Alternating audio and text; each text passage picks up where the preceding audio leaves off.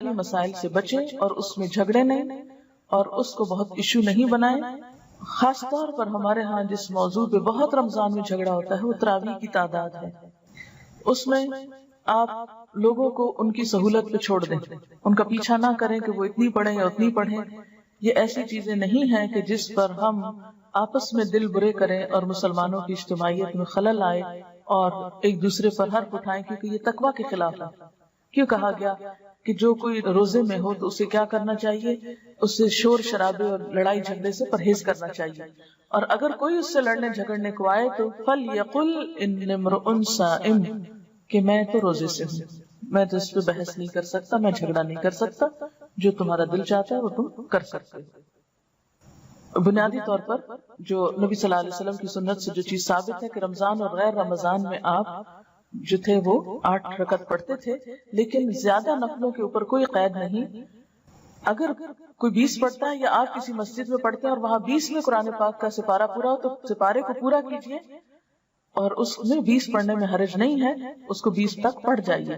یعنی یہ ایسی چیزوں میں سے نہیں ہے کہ جو حرام حلال کے دائرے میں آتی ہیں یا نعوذ باللہ کسی بدعت اور اس میں آتی ہیں. اس میں بنیادی طور پر بات یہ ہے, صرف اتنا سا فرق ہے کہ بعض لوگوں کے نزدیک نبی صلی اللہ علیہ وسلم کی سنت 8 ہی تھی, اور اگر کوئی زیادہ پڑھنا چاہے تو اس پر کوئی اعتراض نہیں. تو اس میں یہ ہے کہ اگر آپ کسی ایسی مسجد میں ہیں کہ جہاں پر 8 پڑھ رہے ہیں اور سپارہ وہاں مکمل ہو گیا ہے, تو اس میں آپ یہ نہ سمجھے کہ ہم گناہگار ہو رہے ہیں. ان میں کیا ہوتا ہے کہ قیام لمبا ہو جاتا ہے. نبی صلی اللہ علیہ وسلم کے زمانے میں یہ قیام اللیل ہی تھا, یعنی رات کی نماز تھی.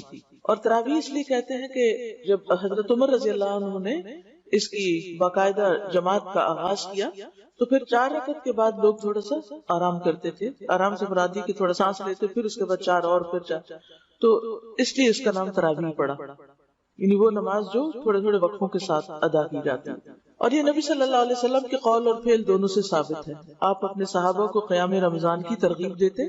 تراویح جماعت کے ساتھ پڑھنا زیادہ افضل ہے.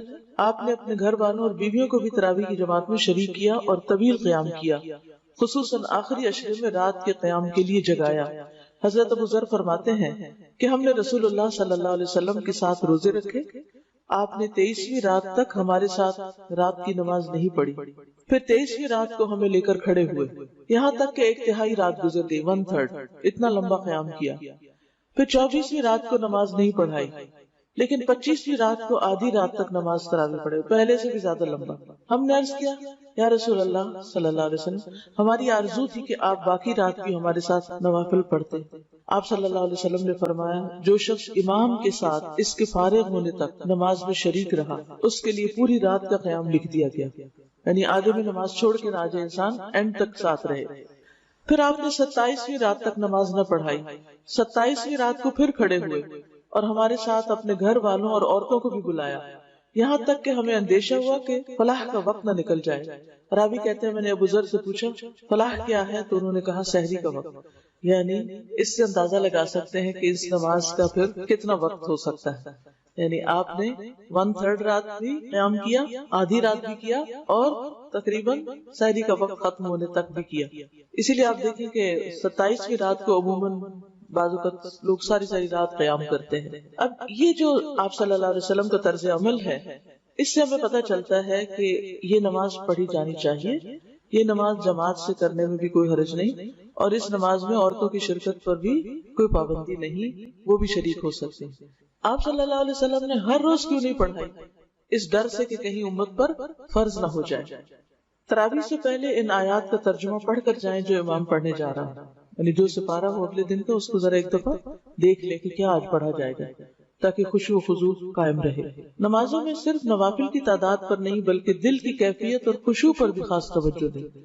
یعنی صرف نمبر آف رکعت کے اوپر نہیں جائیں بلکہ یہ بھی دیکھیں کہ ان کی کوالٹی کیا ہے. کیونکہ نبی صلی اللہ علیہ وسلم رمضان اور رمضان کے علاوہ 8 رکعت پڑھتے تھے. حضرت عائشہ کہتی ہے تم نہیں جانتے کہ ان کا طول اور ان کا حسن کیا تھا, یعنی وہ رکعتیں کتنی خوبصورت اور کتنی لمبی ہوتی تھی. تو بعض اوقات ایک میراتھن ریس لگی ہوئی ہوتی ہے, بس کھڑے ہوئے بیٹھے اٹھے 20 پوری کی ختم کیا. تو اصل چیز یہ ہے کہ آپ کتنی توجہ سے اللہ کی طرف متوجہ ہیں.